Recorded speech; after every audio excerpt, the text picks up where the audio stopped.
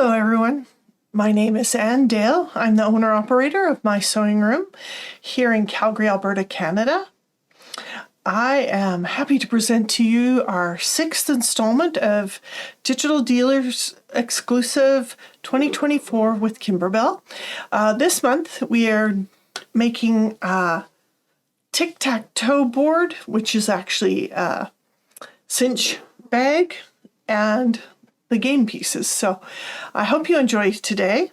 As always, we sure do appreciate if you like our Facebook postings, if you subscribe to our YouTube channel, give us a little like, comment on the class. So if you're taking this class and this is your first time with us, well, welcome.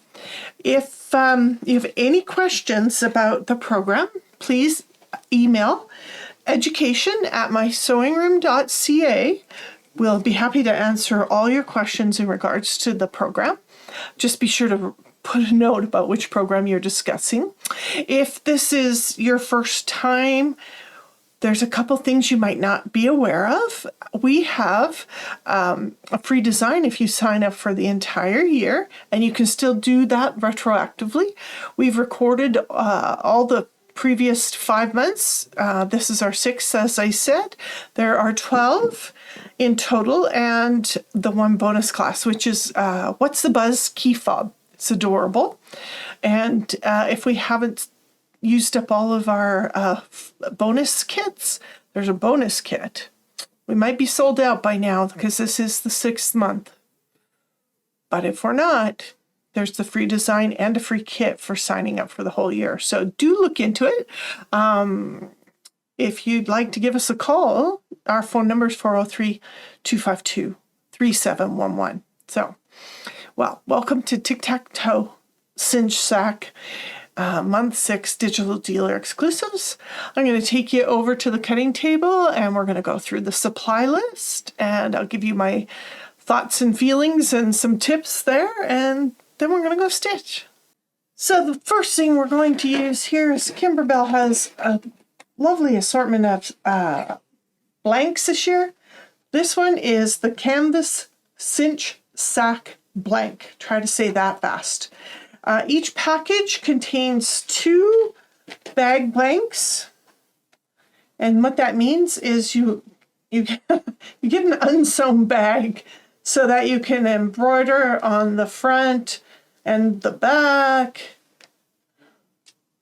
Then we'll take it and sew it together. So we're going to walk you through all of that. I have my lovely Kimberbell tool assortment. Those are going to come in handy today.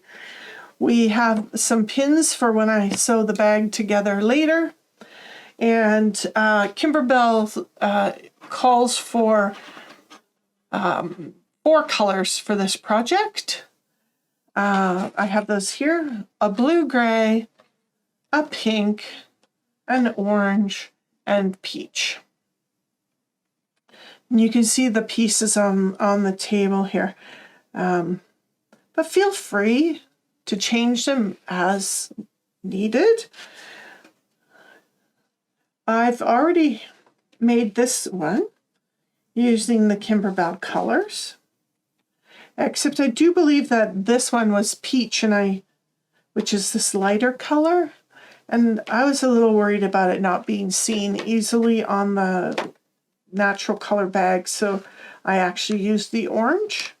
But feel free to pick and choose your colors as you like. When I make the second bag here, I'm going to make the second bag in entirely different colors, just so that there's some options. I'm using Lovely Brother Luminaire XP3. It takes pre-wound bobbins, which I just love. And this one, for this project, I've chosen creamy color that matches the bag, just in case I have any bobbin pop-ups. I like to use the colors. If you are thinking that colored bobbins might be your friend, you want to give these a try, we have this little 4-color pack with white, black, beige, and gray. That might be something you might like to try. And then here's the assorted color pack. Color missing, I believe, was a dark taupe I needed for a project. But this gives you a nice idea of colors available to you, so that when you're stitching certain things, you might like to have a coordinated color. There you go. I quite liked using those. I've got a few things to share with you as we go today. Let's bring in our hoop here. Some of our other months we had choices in hoop size, project size, that sort of thing. So if you had a larger machine that could take a larger hoop, you might have made a larger project. Given that we're working off of this sack size here, let me just gather up my pieces. Hide those in the bag. Great little project if you have kids or grandkids in your life, something they can take camping or in the car for long drives. It's a fun little bag. All right, so the first stabilizer, some of you may or may not have used somewhere along the line, is a sticky back tearaway. So this is a tearaway stabilizer on the back here, and it has paper attached, and if I can separate them here in the corner, you'll be able to see that. So the stabilizer is sticky, which is lovely for things that aren't easily hooped, and a paper backing. You hoop with the paper up. Some people find this difficult to do. Often, I like to start it, and I might grab my crispy paper and fold it over a little bit. It's less jumpy then, because sometimes it wants to pop out of the hoop. One of the other things is to open the hoop wider than you normally do to put other stabilizers in, because this is quite thick and heavy with the paper. And in some hoops, having this paper is nice. It holds a little better. Then you're going to get this tight. Pretty much need hand tight, not gorilla tight. All right, so there we go. Then we'll take an implement, not too sharp. I'm just going to use the back end of the Kimberbell micro tweezers. Just going to pull that through the middle in a little X. Then I'm going to use the tweezers to lift up the corner here. And we're going to tear it all the way to the outside. Tends to come up in 4 nice big chunks this way.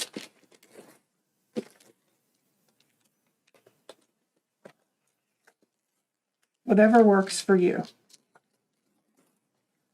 Not 4 chunks this time. But maybe. 4 chunks, but not in the shape that I pulled them up at. So I'm just going to remove anything hanging out on the edge here. There we go. So, in this particular design, Kimberbell has included a placement line that we can use. Otherwise, I've been known to use the lines. I can see them probably a little clearer than you can, but I've often used the center marks on my hoop, line them up with center marks on a mat, and then centered my design in.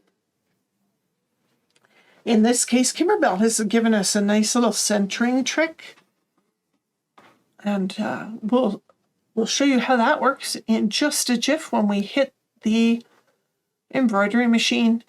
We'll also need a little bit of wash away stabilizer. We'll need maybe some Kimberbell paper tape. The fabric used in this case for the little pieces was some tulle. Tulle is also known as bridal veil.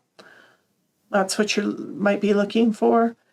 And a little bit of the iridescent mylar. And the mylar picks up the color that's stitched on it. So these pieces, the X's look blue and the O's look orange. They're on top of the same Mylar. Mylar will pick up the color of the thread on it. So just something to keep in mind when you're picking your things. And you might like to have a water-soluble marking pen.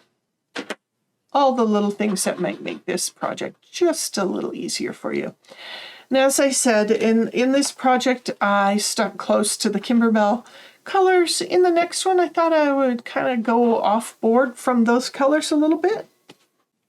Your instructions start with the X's and O's, but I'm actually going to start with the bag. So the X's and O's starts with in the first step on the written instructions, but I'm going to jump down to part 2, which is the cinch sack. Gosh, that's hard for me to say. And I'm going to bring up the crosshair design. So it's just a simple little X. I'm going to put my hoop on the machine. And I'm just going to put that beige bottom, that bobbin that I showed you earlier. It's already in the machine. I've put in a dark burgundy in the top, and that's what I'm going to stitch with. The color you choose here just has to be something you see. If I wasn't trying to show you on camera, I would probably have used white. But I do know from experience that this actually comes out quite nicely. Later, you can trim out this color so it's not going to interfere in the bag. But just for education purposes, I thought it'd be nicer if you could see that on film. So you use whatever color thread you have in the machine or whatever color thread you can see better. Now I'm going to go back out to my menu and grab the other part of the design, which is the actual tic-tac-toe board. So now we've got the crosshairs and we've got our bag. There's some marking to do, so meet me back at the cutting table. Okay, so here we are. We have our little cinch sack. So the wrong side of the bag up. We're being asked to draw a line down the right-hand side of the bag at about 1/4 inch and perpendicular to the top. So just gonna put the edge here. Draw a 1/4 inch line. There we go. It's not quite as dark as you might like to see that.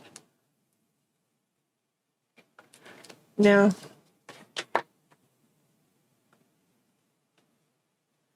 we're going to flip this over here.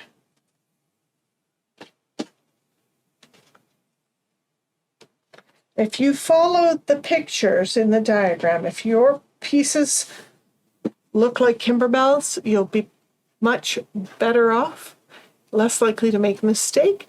So we're going to have the bag right side up, casing at the top. We're going to fold it in half. Right. It's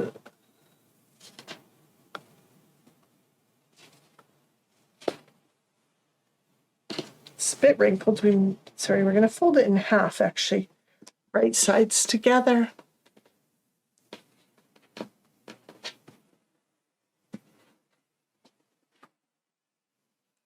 I'm going to find that center mark here.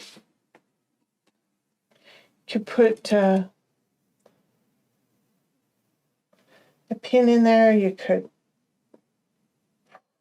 press that halfway mark in, finger press it, bring an iron in, whatever is going to help. And now for the true middle of the bag, we have to accommodate that 1/4 inch seam allowance. That's why we drew that in there. So I can see the halfway fold here, put a little blue mark there. And if you can't see that clearly on the screen, I'm going to put a pin in there. Then you're going to line the 1/4 inch seam allowance up with those 2 marks, top and bottom. That gives you the true middle on this side. So give that a little finger press. Then we're going to bring the bottom up, and they call this one fold A. Then you're going to bring the bottom of the sack up, and you're going to align to the bottom of the casing. So what that is, it's the middle of the bag down here. Not middle from top to bottom, because that would have put that a little high. So we're looking for the center for this part of the design. So we found that mark. We've got everything in place. Now we'll take you back to the machine and I'll show you where that belongs. The crosshairs that we had stitched in earlier, nice and easy to see in that dark color. I'm just going to remove this from the arm so that you maybe can see it a little clearer. So this upper right quadrant is where we're going to place the corner of the bag. We're going to tuck that center just right there. So now we've got that. We'll bring this side down, align it with the vertical, and then the horizontal will flip over. And now this line should line up nicely with the line underneath. And you can kind of see inside your hoop, you know, is the edge of the bag even with the edge of the hoop? Then you're going to kind of just hand press the bag into that sticky stabilizer. I'm going to remove those pins. I might grab myself a little clip so that this string doesn't get caught or get under the hoop. I'm just going to pin it to the stabilizer just to manage it so it doesn't get caught up in anything or embroidered in where it doesn't belong. There we go. If you were to do a check now on your design, what I can see is you can't see probably on screen, but I can see the dead center there from my folds, and that needle drops right into dead center. So I'm comfortable with how that's hooped. And that's the main thing. Now the other side of the bag, so as well it doesn't accidentally get caught up, you can roll that up. I'm just going to grab another little clip and I'm going to clip that up top here to the stabilizer, just so it doesn't flip in or get pushed under, and that will keep that managed and out of our way while we're stitching. So we've got all of that looked after. Now we'll go in and we'll load the actual tic-tac-toe design. And the first color stitch out in the original is peach. But you know, I was thinking I might like some other colors. And I encourage you, if you love what I've done, the color numbers are available to you on the general class supply list. If you are here for the whole year, there's one large list of thread colors that you could use if you like them. In some cases, I've done my very best to match those to Kimberbell colors. if you love their colors or you love our colors, that will be helpful. I am going to do purple this time instead of orange. I think it might be fun. So, my big grand experiment. And as I said, the color numbers that I've used are available to you. So, color number 1, the original Kimberbell notation is for peach, and I'm using purple.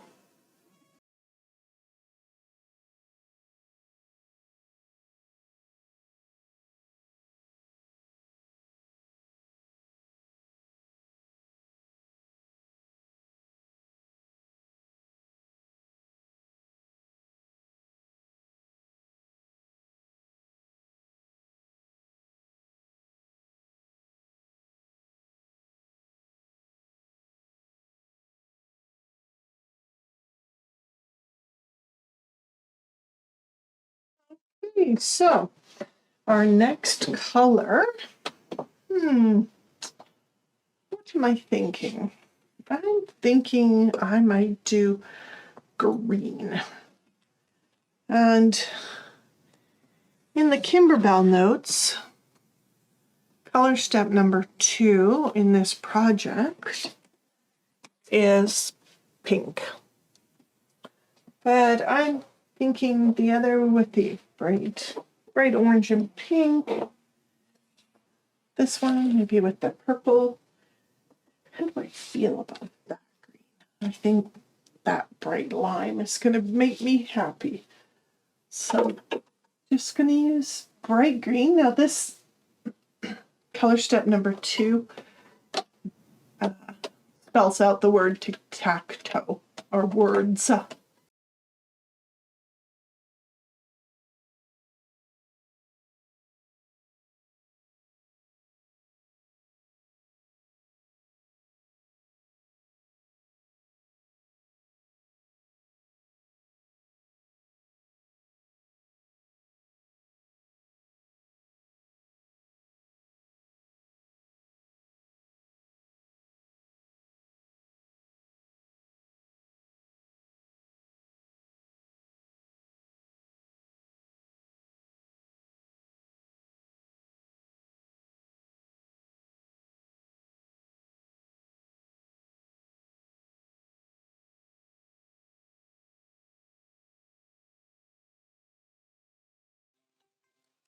Alrighty, so here we are. Our design is complete.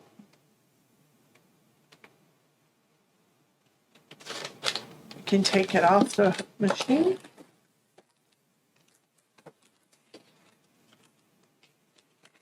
can see it's quite lovely in purple and green. All right, I'll meet you over at the cutting table where we'll clean things up and start the finishing of the bag. Meet you there. We're just going to remove the project from the hoop. Take those clips off.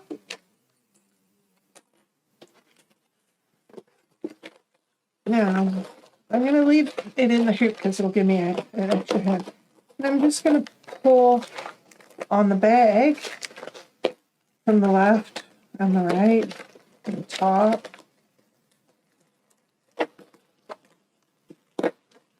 It will release that quite nicely. That crosshairs that we had in there earlier, well, it's kind of hanging on to the bag. It did get stitched in a little bit, so I'm just going to trim that.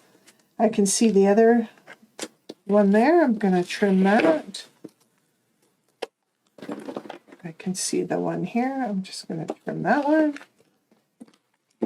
I'm just going to gently tear away from the stabilizer the lettering. Just going to hang on down here. And remove as much as I can in the first pass. There's that crosshair stitch kind of clinging there.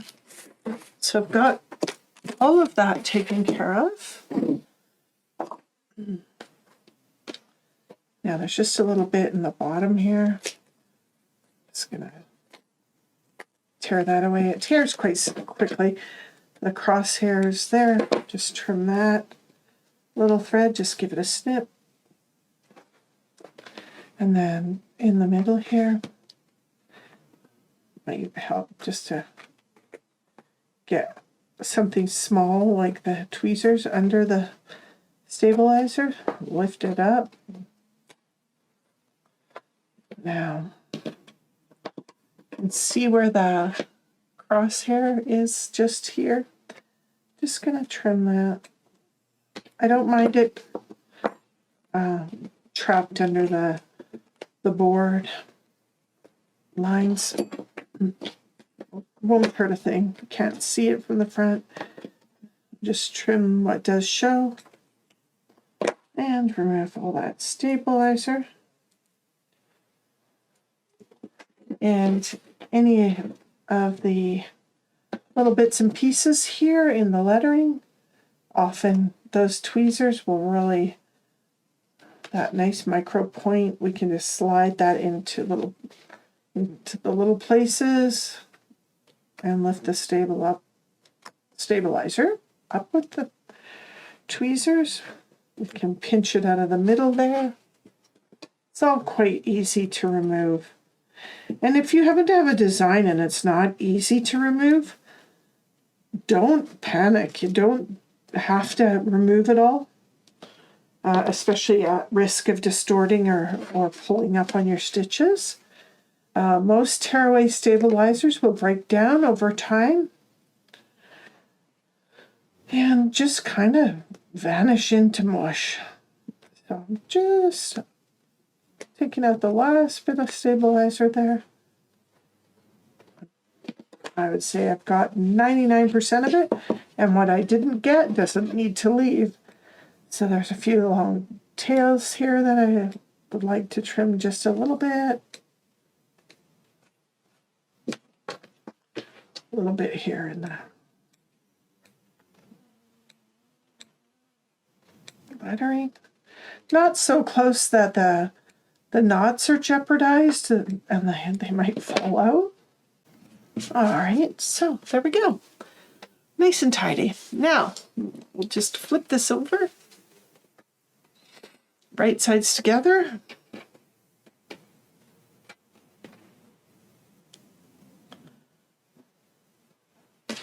If you would like to pin for the next step, now would be your time. So this bag, interestingly enough, you get the strings pulled out. You can sew the whole side up, as you can see. It's nice and tidy. So before you get those too far in, you can pull those out of the way. You could tape them in place. You can line this up. Put a pin in here. I'm just going to put a pin this way. It'll keep the strings to the inside.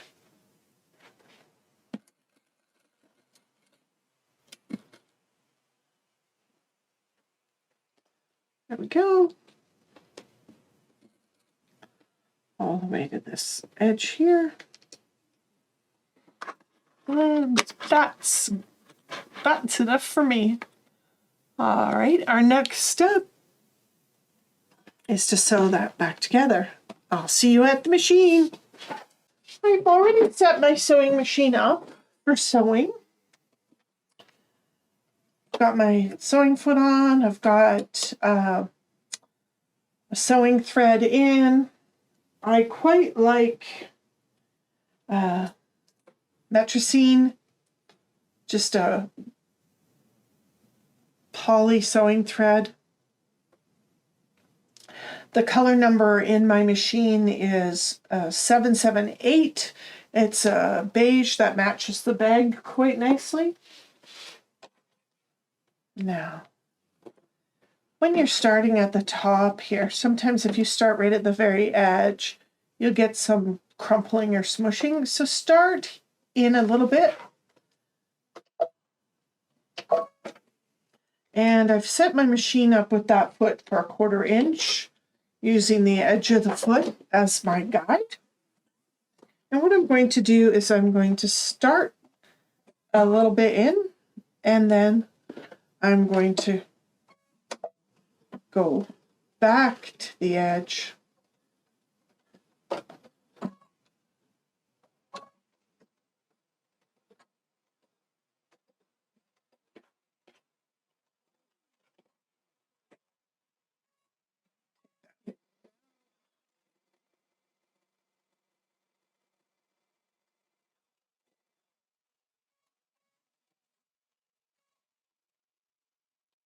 Now the bottom is a pretty close match. I think I need one more stitch there.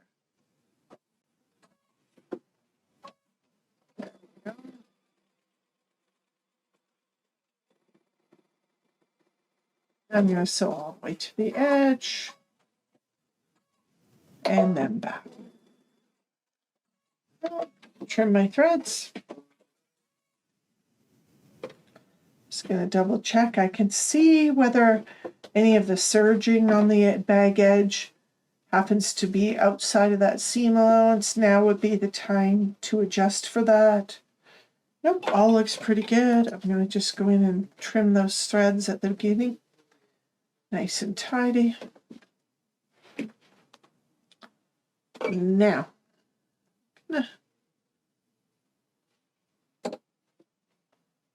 let's see if I can do this, if I have enough room right here. What I'm going to do is, the instructions tell you to turn the bag and then use a poking stick to push the corners out. I'm going to show you how I do it. I'm going to take my left thumb. I'm right hand dominant, so I'm going to take my left thumb and I'm going to push it all the way into the corner of the bag. So, and it's in here at that angle.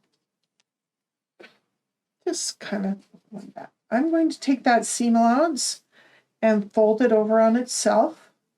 And I'm going to fold the other seam allowance over on itself. So right at the stitching line. What I've done is created a square in the corner of the bag already. And then I'm going to transfer the corner off of my thumb and onto my finger. And it comes out pretty square. And it has the bonus of being square and pointy, because basically I created a corner and then I used it to push the corner out, and it doesn't usually require any pushing, and if I don't like it I can go back and do another one. Now the other corner over here, that was just, there's only one seam allowance, same thing, I'm just going to fold that over on itself, transfer off my thumb and onto my finger. Often gives us a nice corner without having to get poking in there.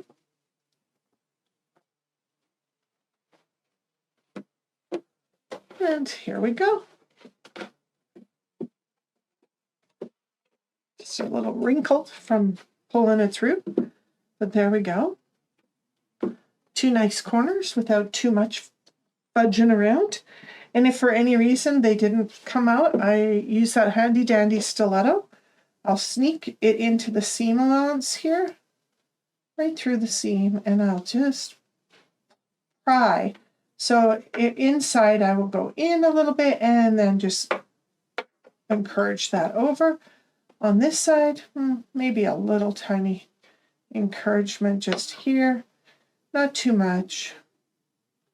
Just going through the seam allowance and gently lifting the seam edge out. And I mean, goodness, that's pretty pointy for fabric. I'm very pleased with that. And there we have our cinch in purple and green. So I'm going to bounce back now to number 1 in the Kimberbell directions. So embroidery for the game pieces. So part number 1, step number 1, I need to go find some wash away, reload my design, and away we go. Welcome back, everyone. I am going to start part 1. We had skipped through the written instructions and started with part 2. I'm doubling back now to part 1. Part 1, it will be creating the X's and O's for our tic-tac-toe bag. It's quite a lot of fun, and let's just get right to it, shall we? Meet me at the cutting table. I'll walk you through this little supply list for this portion. All right, so here we are. Completed the second bag, our first bag that I had completed with X's and O's on the inside here in sort of coordinated color to the board. Just so you don't get too hung up on colors, I thought I would make a second bag with you in other colors. The tokens are blue and orange interior with pink exterior, quite a lot like Kimberbell's for my first one. In this one I'm going with a slightly different color theme, purple and green. What I'd like to do, quickly talk about mesh stabilizer. So this is a water-soluble stabilizer. It's fibrous, you know, it's a bit like cloth, where topping that we used in some of our other programs is a clear water-soluble stabilizer. This one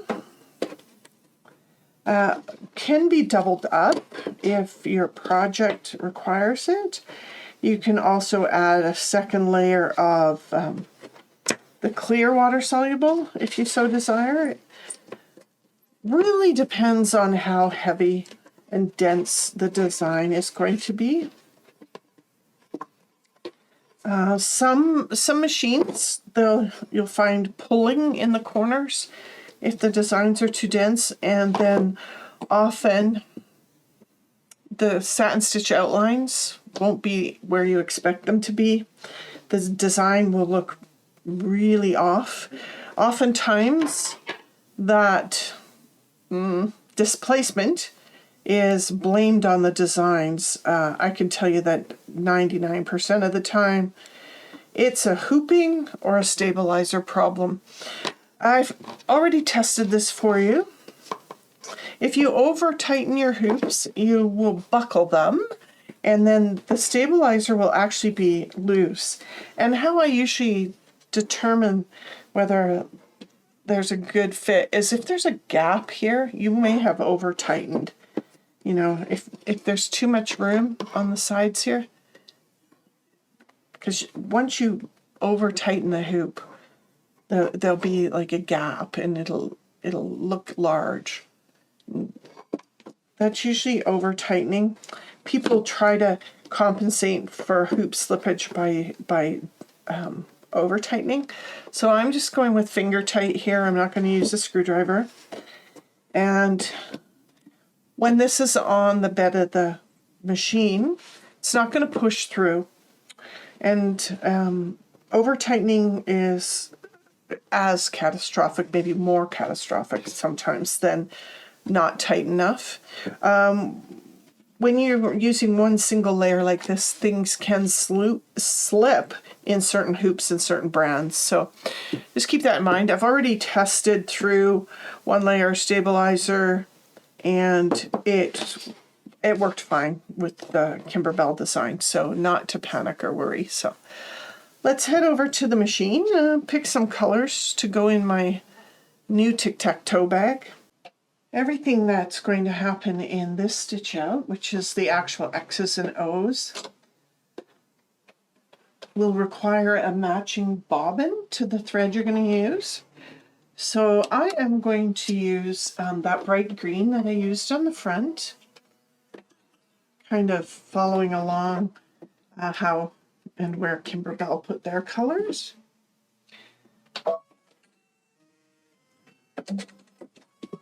So I've loaded that bright green front and back.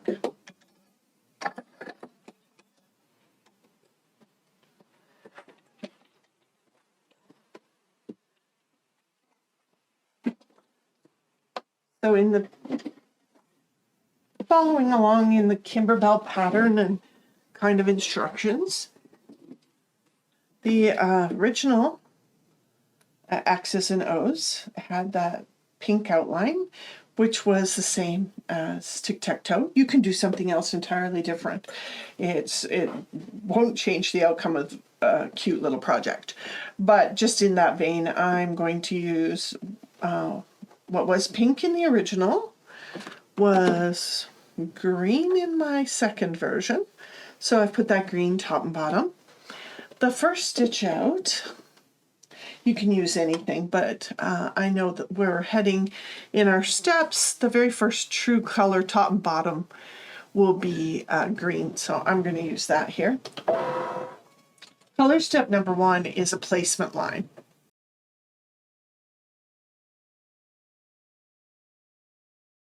Okay, so I've got this placement line here. You can kind of see that rectangle around the edges. So the products that we're using for this part of the design is Mylar, which as you can see is a sheer product. And the other is tulle, also known as bridal veiling.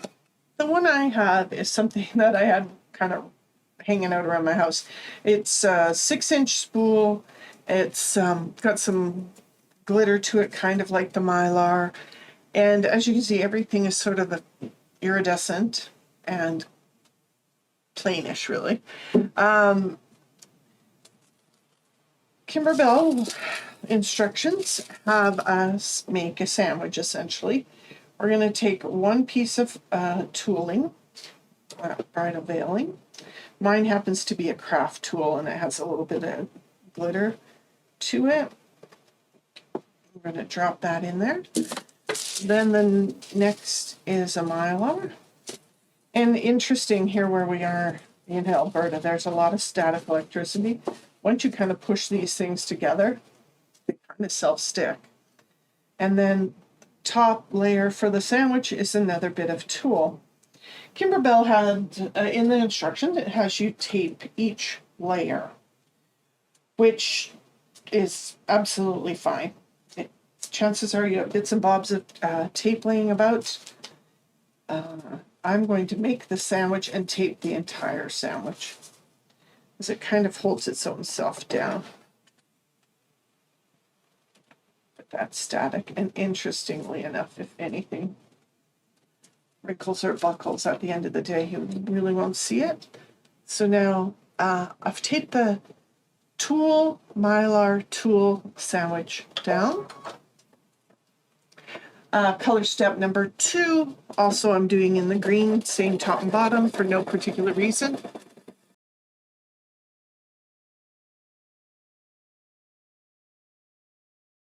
All right, color step number 3 is where it actually comes into play. Tape got a little bit caught up there. Doesn't really matter, we don't need it for anything else now. It did its job. Color step number 3 is the outline of the X's and O's, and this is where it asks you to change the bobbin thread to match the top thread. I started that way. And I'm just going to do the outlines on the X's and O's.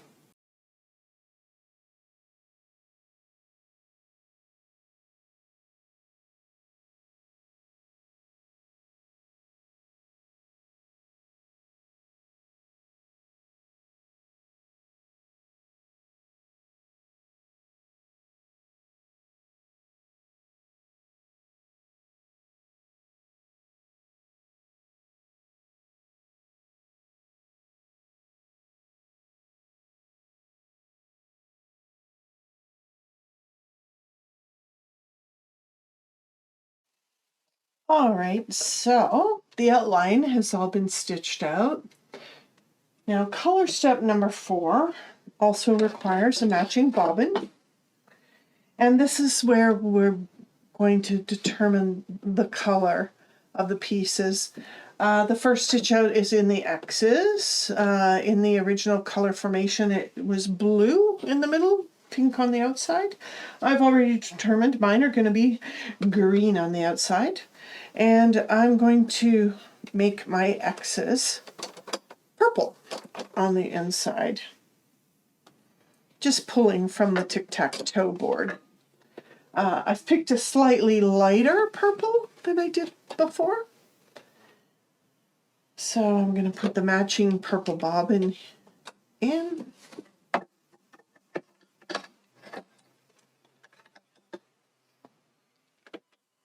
Hoop, red, purple on top. And I'm going to do the fill stitch for the X's, which is color step number 4.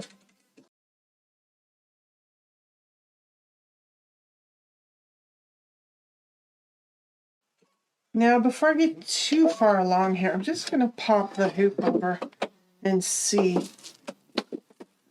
There's quite a bit of tail when you're using an automatic cutter. So, as to not dilute the purple, I'm just going to slip in and see. In this first X, it didn't really catch the green in the middle, but just to be sure, I'm just going to go in and trim off these knots and tails. Some have a big long white. Yeah. I'm just going to tidy this up before I get too far.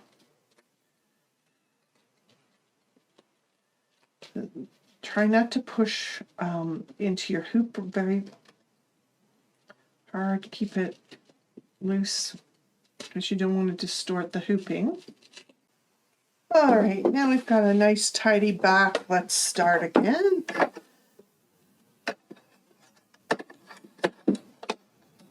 Just doing fill on the what were blue in the instructions, but are going to be purple in my version.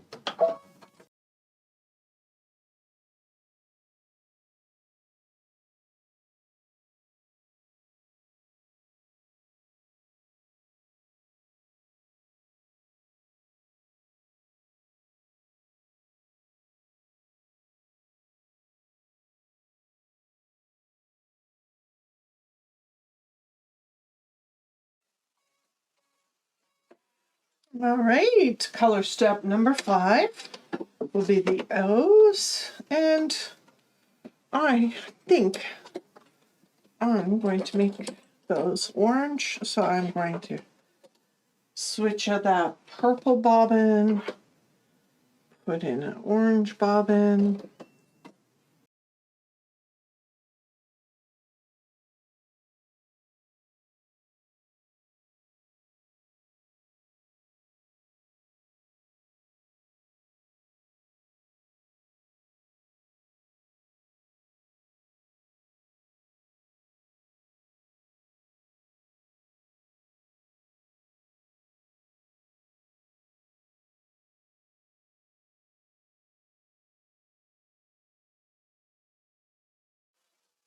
Okay, color step number 6, and actually color step number 7, showing the instructions as pink. And if you recall, I have switched pink to green in my choice of X's and O's for this particular project. So I'm going to put in that matching bobbin thread, change the upper thread to green. Then I have a button on my machine where I can set it to just go ahead and stitch out those last 2 colors without me being present. So you can see the original, the inside is orange, inside is blue, outside is pink. My new ones are purple and orange inside, green on the outside.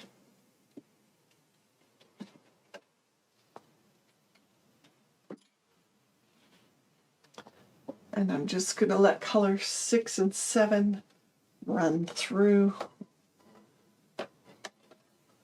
some machines have the option of turning a function on to allow the machine just to stitch one color for the rest now.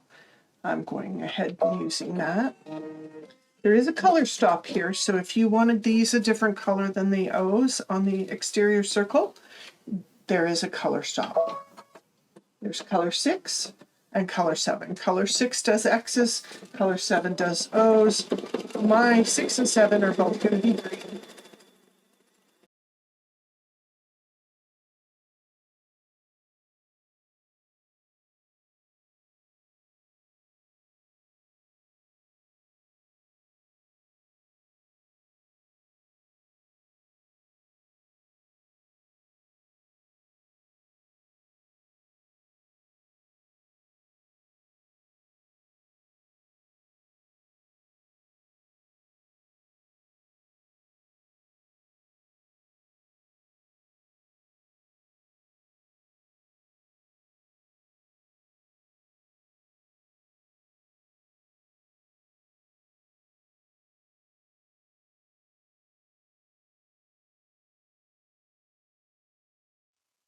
All right, so those of you who have perhaps embroidered before, did you catch the error there?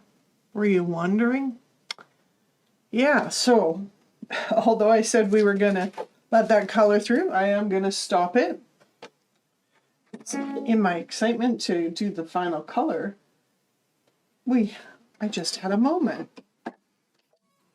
So, before the satin stitching, we should have gone in and trimmed out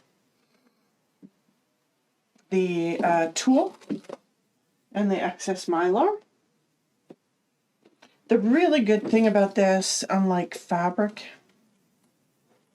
is it removes really easily. I'm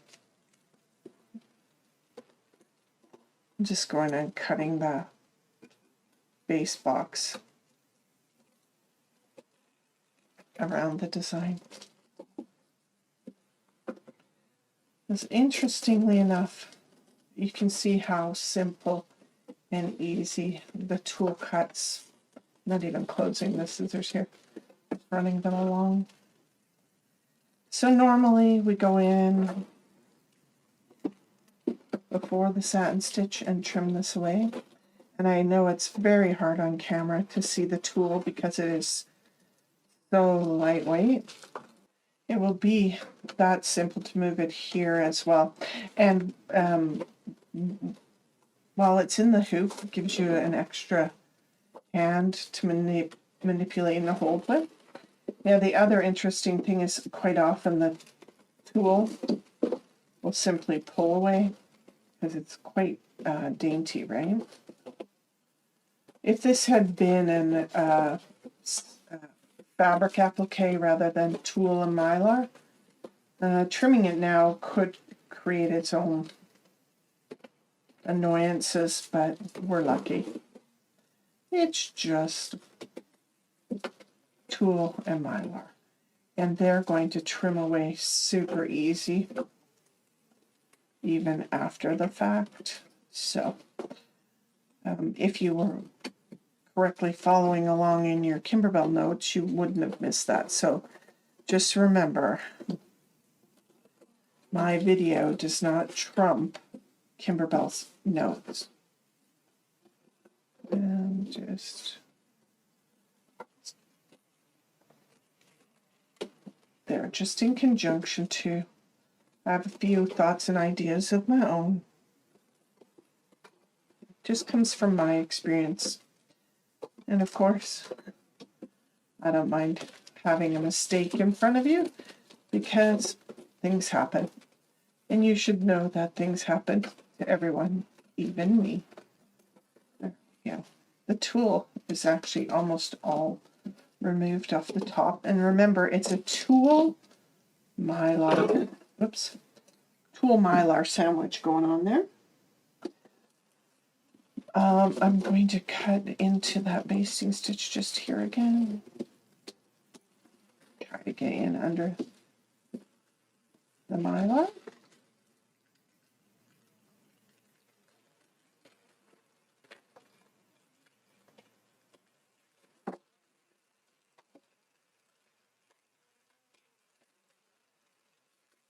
once the Mylar has been cut, it actually tears really quite easily. So I'm just going to pull gently towards the stitching.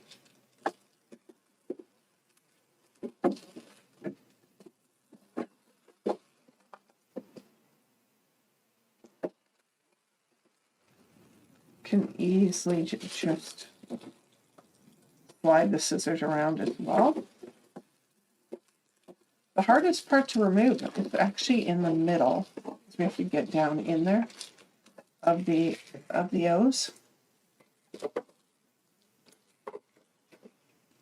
Typically just a quick little snip and you'll be able to peel most of it away. Certainly on the outside here.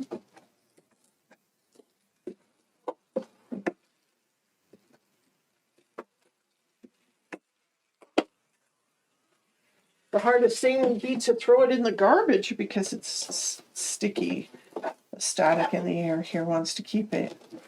So just going to go in here and remove the tool.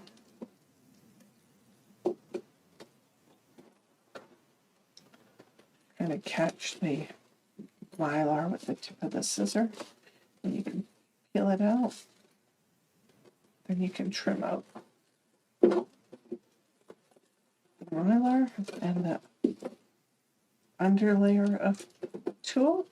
Because there's 3 layers we're removing. And honestly, on the camera, it's so hard to see because they're all sheer. Just try not to snip into your stabilizer. And remember, I didn't trim anything up here on the X's. I'm just working on the O's.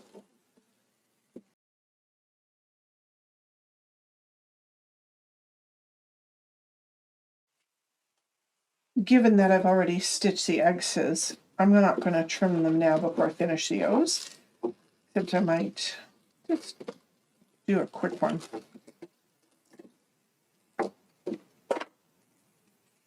It's a demo, and then we won't have to keep that in the video for later. So just going to go in and trim back that tool right up against the satin stitching. The trickiest bit is don't get too close. You don't want to cut into those stitches. And the tool, like I said, in some cases, and especially up against the satin stitching, it might tear away because it's been perforated nicely. So I'm just going to remove that top layer of tulle here from these lower couple of X's, just as a demo for you. In case you get excited like me, or you made the mistake of following my video and not the Kimberbell notes. All right, so again, the Mylar, if you grab it and tear towards the letters, it comes off quite nicely. Just run your scissors gently next to the stitching. And remember, there is 3 layers to be removed. The nice thing about this funny, crafty, iridescent one that I have is you can see it. The plain white veil tool, really hard to see on the white stabilizer, so a bit of a problem maybe trimming, except that you can get it in your hand and then you can feel your way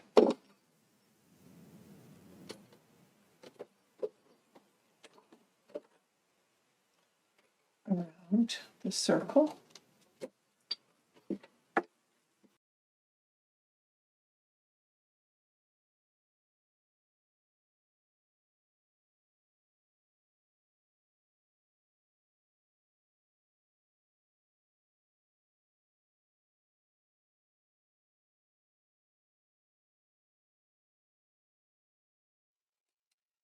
Once you have that all trimmed away, it may be beneficial again to just flip in the back, trim off any long tails that might change the outcome of your satin stitching.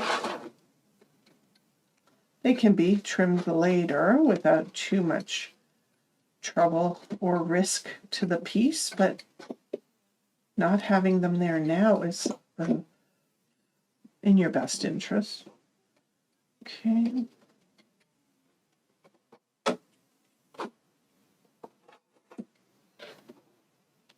I don't see too many problems here. The long tails I'm seeing here are from the final satin stitching. We can take those off too.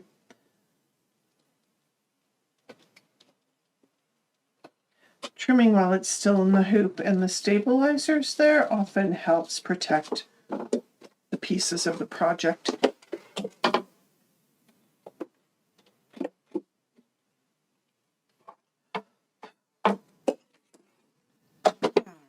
So, as I said, trimming these after the fact is not horrible.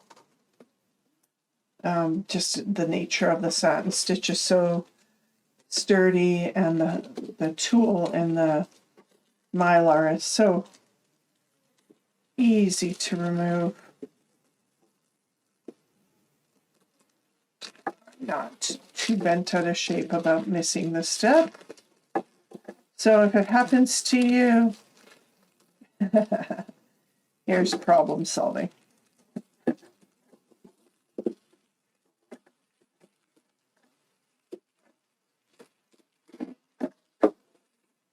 There we go.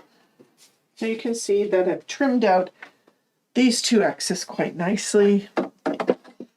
Now let's go back in and finish color step number 7 in green.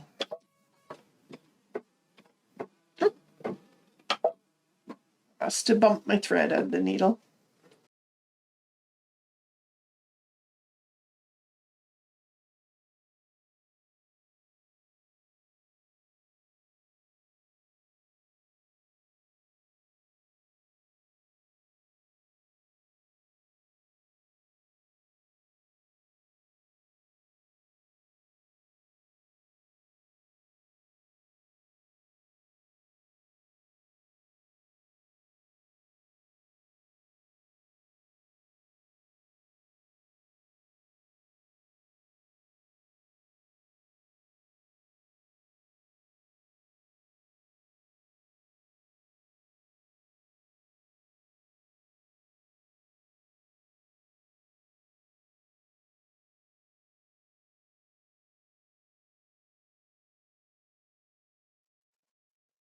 All right. That completes our embroidery. Well, there we go. Boo-boos and all.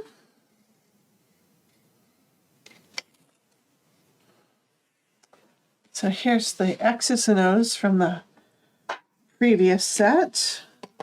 They belong here with this bag. And then my new set here. And I'm going to leave them in the hoop while I trim.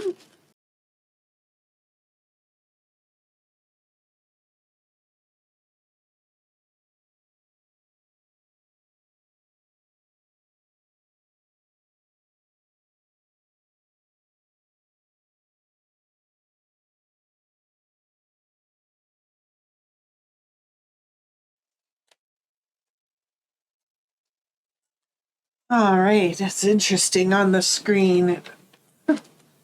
They both kind of look green. Now what I think I'm going to do, I'll use my little rotary cutter here, and I'm just going to very carefully lop these out.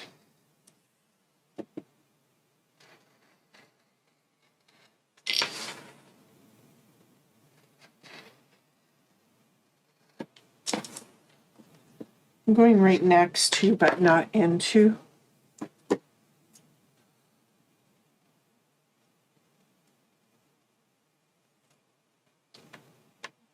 just kind of remove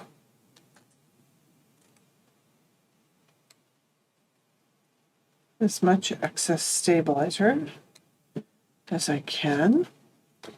And I have just a little glass of water here, and I'm just going to drop them in there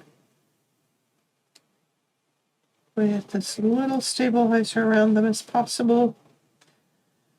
There's not a lot of fabric in these X's and O's that they'll become stiff. The Mylar won't absorb any of the starch, so the excess isn't useful for any particular thing. So just taking away the excess in an efficient manner.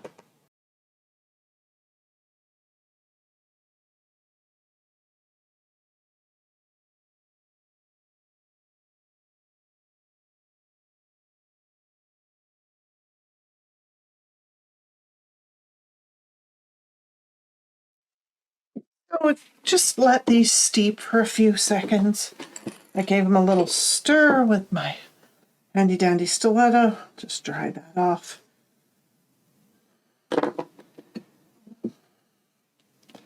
And I'm just going to reach in here, pull everything out. And unlike other water-soluble freestanding products, you might actually lay these out to dry on something they won't stick to and let them retain as much stabilizer as possible. Instead, I'm just going to pat these dry.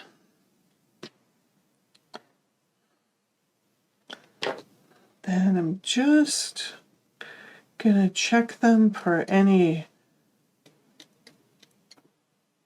thread tails or residual Mylar.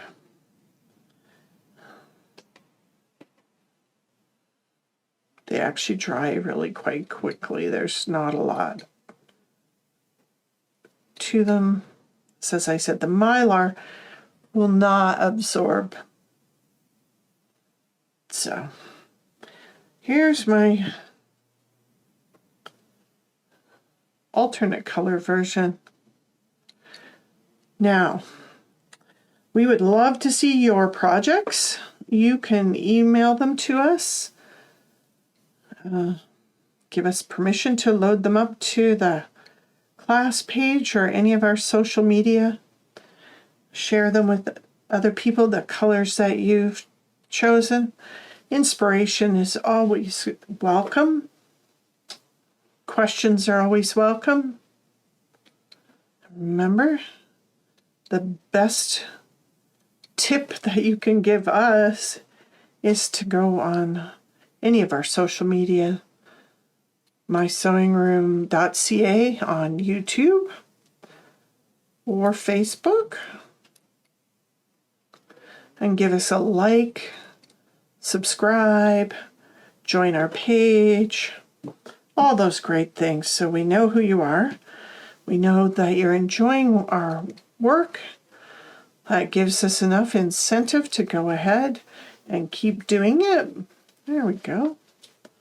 Quite like the two flavors of tic-tac-toe boards. So if you email education@mysewingroom.ca with any questions or pictures that you would like to share with us, or if you're watching this anywhere else, you're welcome to ask questions there.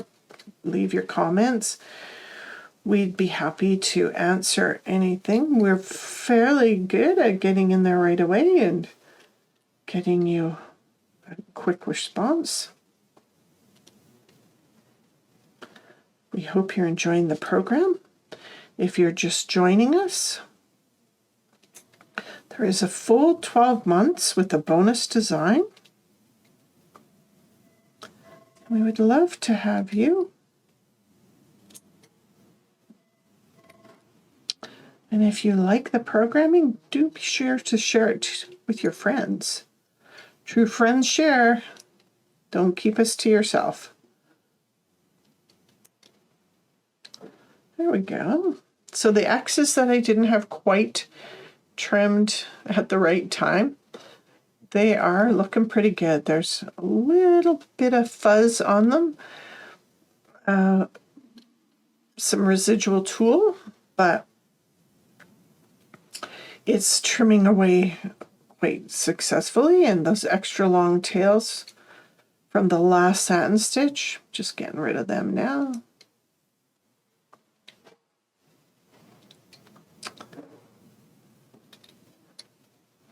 So long car trip, in the cabin, anywhere. Might be handy to have a little tic-tac-toe board. Here we go. So, there we go. X's and O's, X's and O's, 2 different color choices.